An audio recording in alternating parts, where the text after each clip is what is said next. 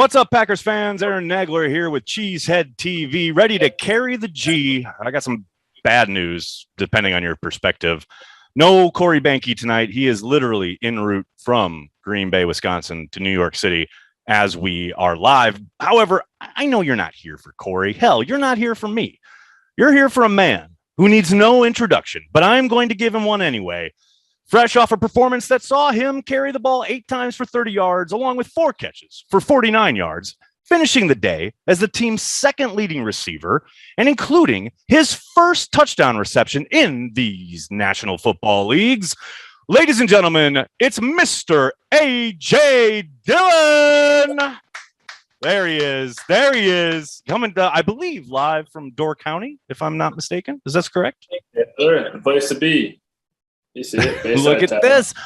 Bayside getting a shout out. Love it. Yes, naturally. I mean, that's your home turf without question. Yeah. All right. So, big W. A lot of production from yourself, as I indicated there in the intro. Gotta be feeling great today. How'd it feel to get a crazy win in Cincinnati? Felt absolutely amazing. That was the craziest game I've ever been a part of my football career. Absolutely. But that one was a great team win. Kind of everything you dream about coming out on the winning end of that thing. Absolutely awesome, and like I said, great team win. Now, it seemed. Now, I'm no expert here, but it did seem early on you were involved, man. They were getting you the ball, you were running it. You were catching it. So it seemed that you took coach's advice. Did you wake up with your piss hot? That's the only thing I need to know. Yeah, it was hot for a little bit. I was fired up. I was really getting after it. And can you kind of repeat that second thing you said?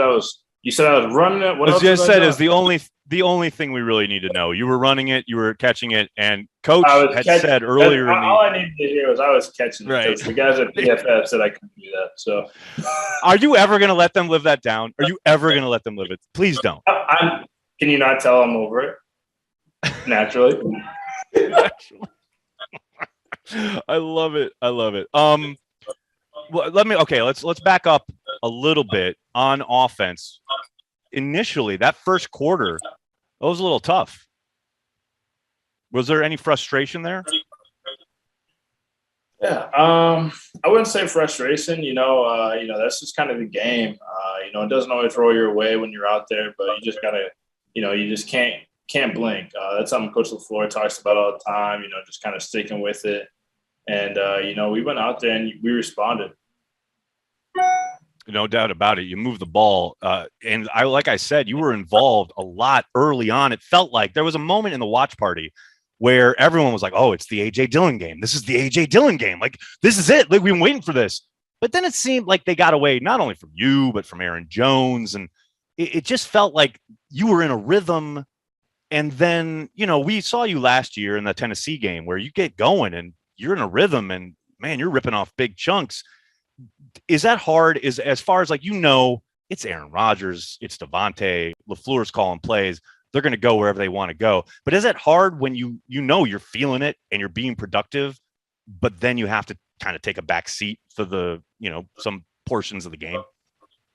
Yeah. I'd say I always talk about it. In every sport, there's always that rhythm. There's always that sweet spot. There's always that time where you're heating up. I'd say, yeah, it's difficult, it's challenging, but that's part of the game. And when you're on a team or on an offense like the offense that we have, and there's just so many weapons and so many ways we can attack you or attack a defense rather, it's kind of like, obviously, yeah, I want to be out there, but it's also cool, seeing these guys go to work, some of the best to ever do it, go out there, 12 to Devontae. It's just like, it's honestly like watching the Magic. So some of the things that they pull off. So, if I'm gonna take a back seat or cool off to anybody, I mean, might as well do it with some of the greats in front of me. One of the things I wanted to ask you, and you actually answered it in your social media. I just saw it on your Instagram. I was going to ask you, did you keep the touchdown ball, your first NFL reception? And I know the answer, but why don't you tell folks what you did with that ball? Because it's pretty amazing. Yeah, I did.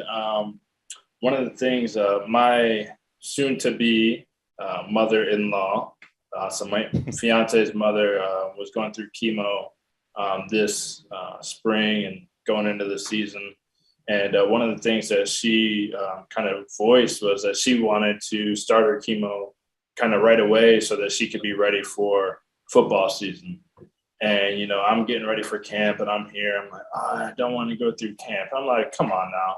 I don't want to go play practice football. And, you know, she's going here. And, you know, honestly, like she was really inspiring to me just kind of this second year, just, you know, talking about just, you know, somebody who can persevere. And she always had a smile on her face, was always supportive. And, you know, she's through it and on the better side of it now and doing great. And so my goal, like what I wanted to do was that first touchdown I scored this year, I wanted to give her that ball. She's been a huge Packer fan her whole life. And so rightfully so, first touchdown from 12, first receiving touchdown, first touchdown of the year. So brought it back home from Cincinnati, drove up to Door County today where I'm at now and gifted that to her. And, you know, that definitely meant a lot to me.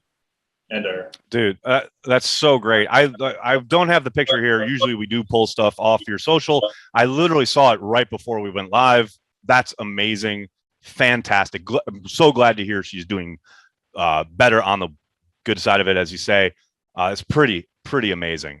Let's bring in our panel, our esteemed panel, starting with Susanna Kalas, who is a former intern here at Cheesehead TV, diehard Packers fan, knows everything when it comes to the green and gold. We've got Ross Uglem, the publisher, if you please, of the Packer Report, joining us. And of course, Paul Bretl from Dairyland Express also writes here at Cheesehead TV. Let's start with Susanna. Susanna, I know you got a couple questions for AJ. Why don't you fire away? I do. First off, thank you guys for having me. This is super cool. AJ, there were many reports about the noise in the locker room after the game. And I'm curious, who is the most hyped player or coach after a win like this one? Ooh, that's tough. I'd honestly say everybody got pretty loud in there. You know, when we mentioned the big dog, Mercedes Lewis, you know, kind of coming up clutch in that overtime performance, you know, dragging people, stiff arming people. And obviously we call him the big dog, so we all give him a little bark. And so everybody was out there barking in the locker room, getting hyped up for him. But, you know, Coach LaFleur was pretty loud after that last game. He was fired up too. So, honestly, I'd just say everybody, that locker room atmosphere was something you really can't make up. That's awesome. And speaking of Matt LaFleur, he has an incredible 30-7 regular season record as a head coach. What separates him from other coaches around the league that makes him so successful? I can't speak on any other coaches because I've never been in any other coaching staff.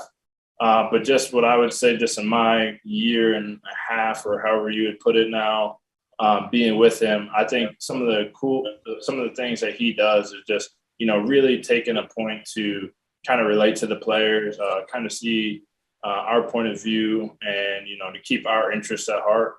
I definitely say he's a player's coach, but he's also not, you know, afraid to, you know, go out there and pull the trigger. You know, he's a guy that, you know, whoever's going to put the team in the best position to win, he's going to do it. And him and the coaching staff do a great job at least on the offensive side, because that's all I can speak on. But on the offensive side, doing a great job at putting us in position to win games.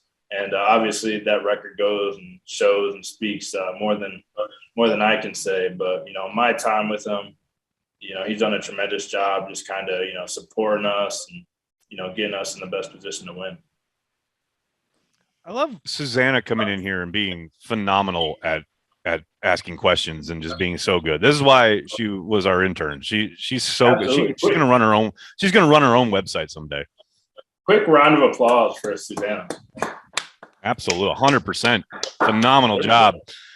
Let's move on to Ross. I think Ross wants to talk to you about PFF. No, I'm kidding. But I think Ross does have a question. Well, something we were talking about earlier.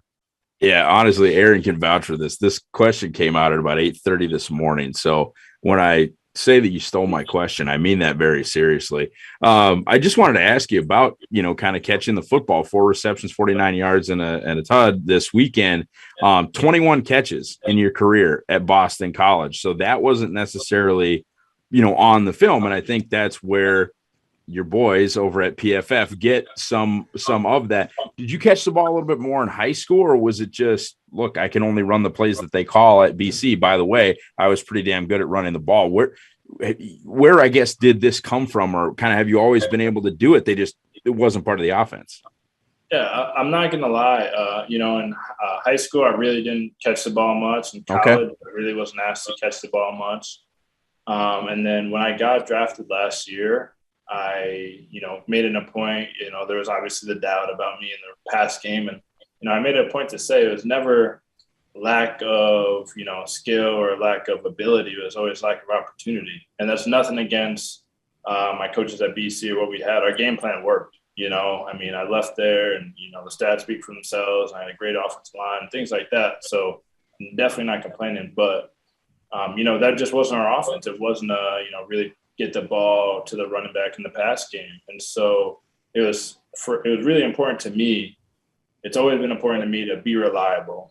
Everybody talks about their goals and stats, and it's, Pro Bowl maybe or this or that. And for me, it's always been be reliable. I want to be somebody, no matter what quarter, no matter what down. Aaron can look at me, Coach LaFleur can look at me, you guys at home can look at me and be like, you know what, 28 can get the job done.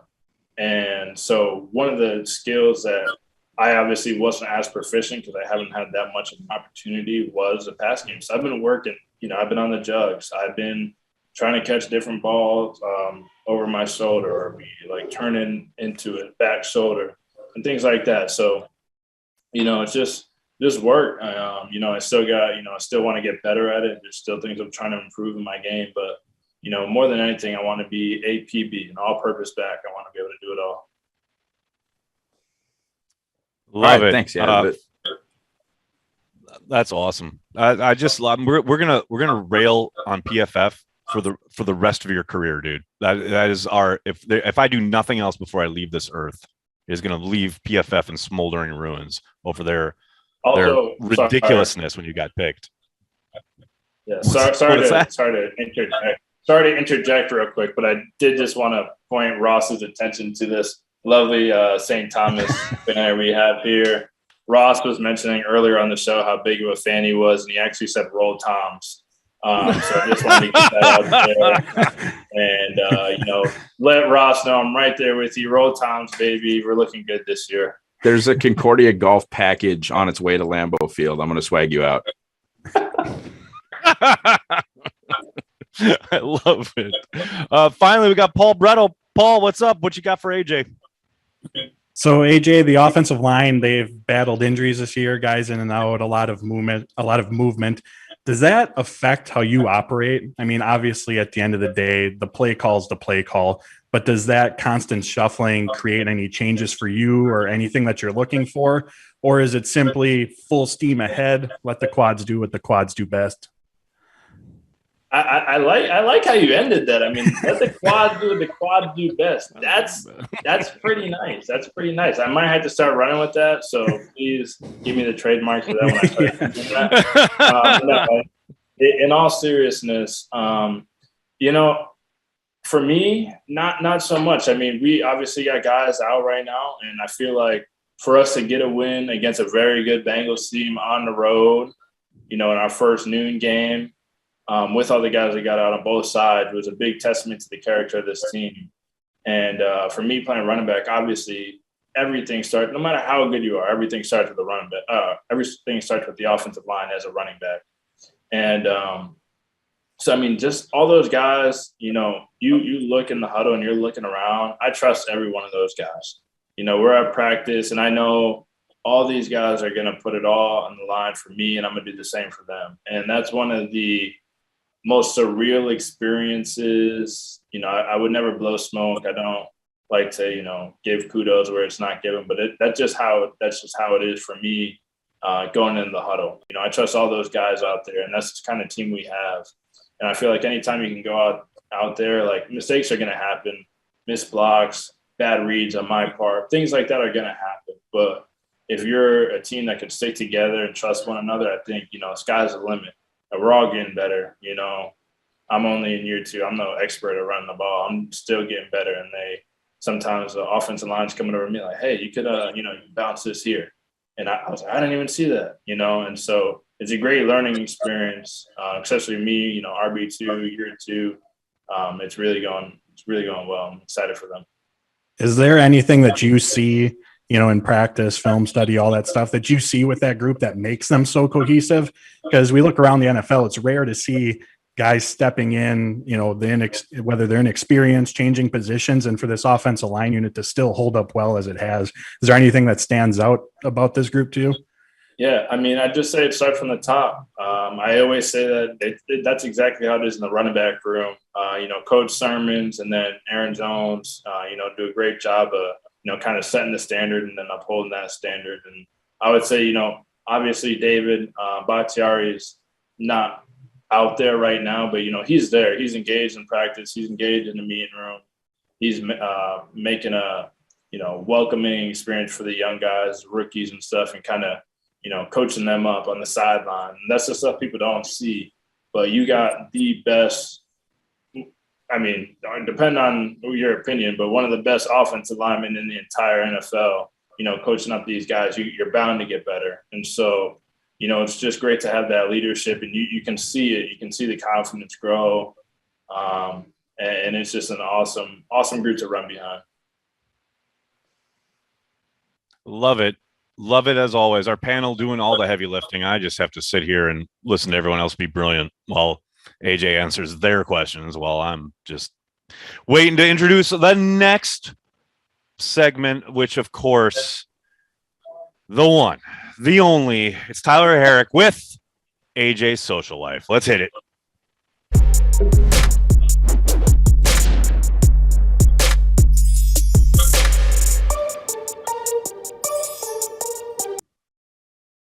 AJ Dillon. We love it. What is up, dude? You got the W. All right. We like that. Check the box. You come back on Carry the G. Check the box. All right. Quick question before we get started. What is bigger? Mine, Ross's, and Paul's microphones or your quads? We got to know. We got some big microphones in here. I didn't know where you're going with that, but my quads. My quad. All right, good to know. Good to know. Remember, this is a wholesome show. It's a wholesome show, Tyler. It's a kid show. It's a kid show. The wholesome show on show. CHTV. Little icebreaker to get things going. AJ, you had a rough week, I think, on social leading up to this game. Okay. I got to see what's going on here. Your buddy, our guy, the wide receiver from Clemson, Amari Rodgers.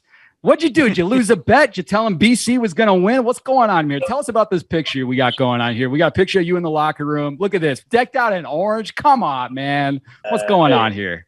Hey, if nothing else, I'm a man of my word. I was very confident in my guys at BC. And if you watch the game, we should have won. Clemson knows they got away with a lucky dub. But I'm a man of my word. We just kind of bet, whoever lost that game was going to be decked out in the other team's gear. And so I wore my Clemson gear around in meetings and stuff for that whole day. You wore it all day? Day of meetings. So, yeah, I was the one guy repping orange all day.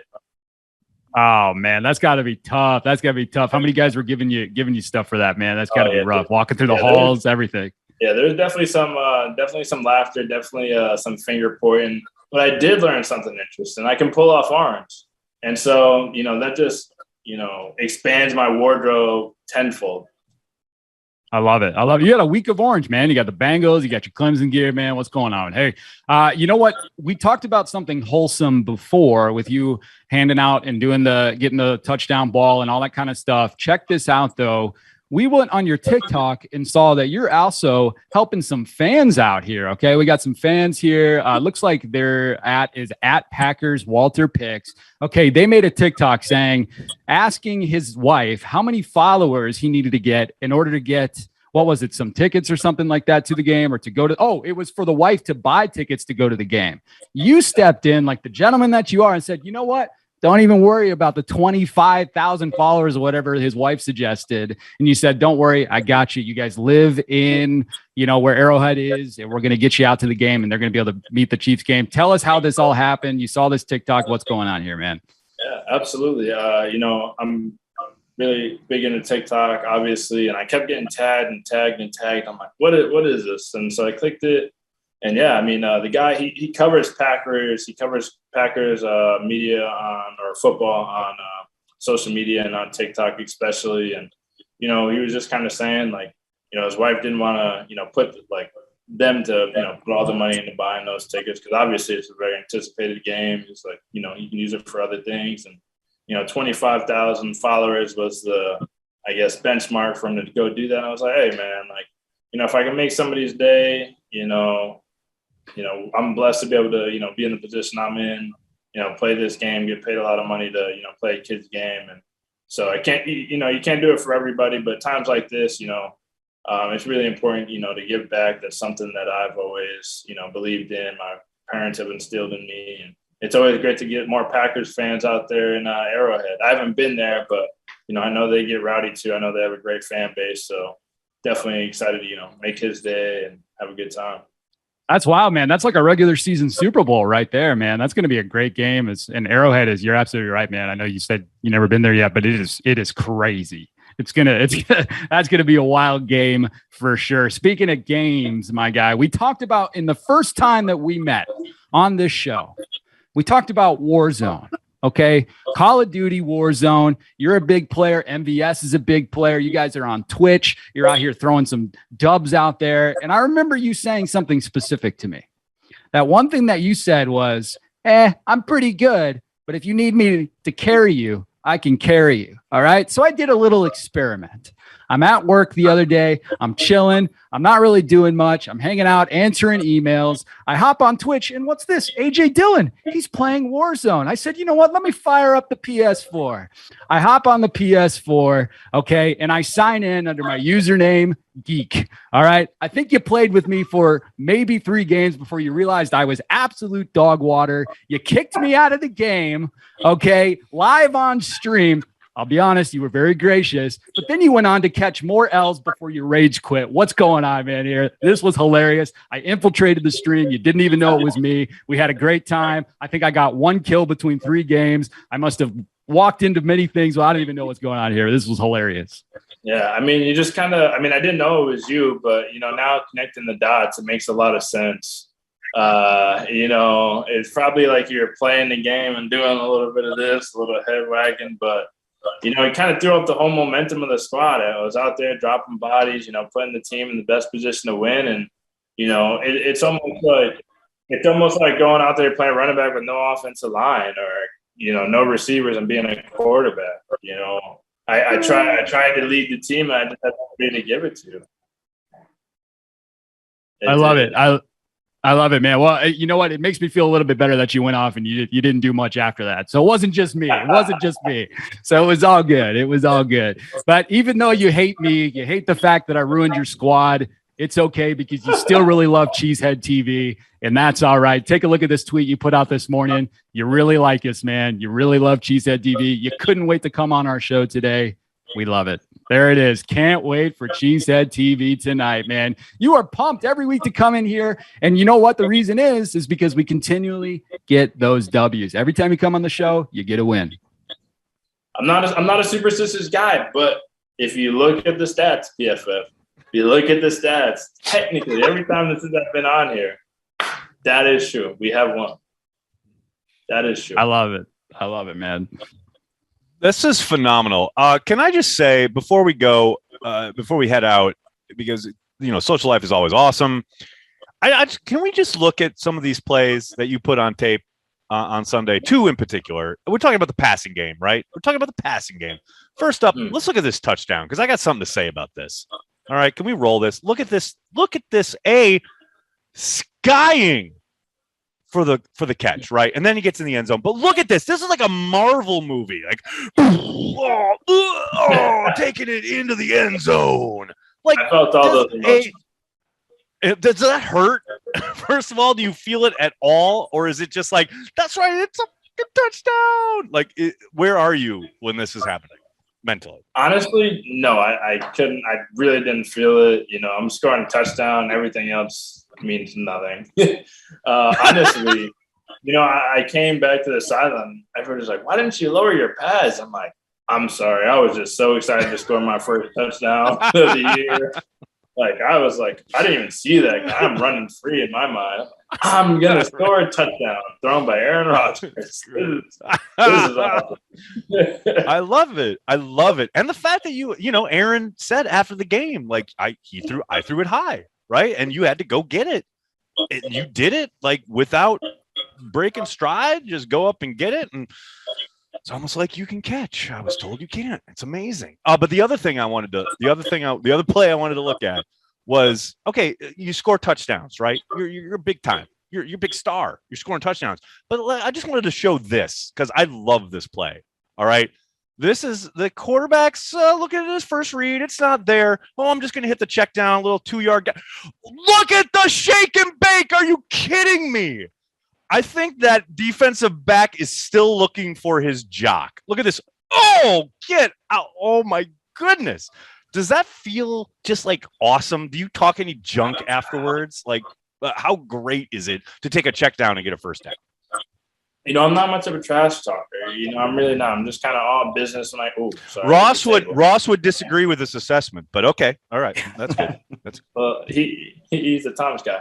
But, it's just great to go out there and, keep the chains moving, especially, in the past game. And, it's nice to see a little shake and bake. People see the weight on the roster and they're like, 250, this guy can't move.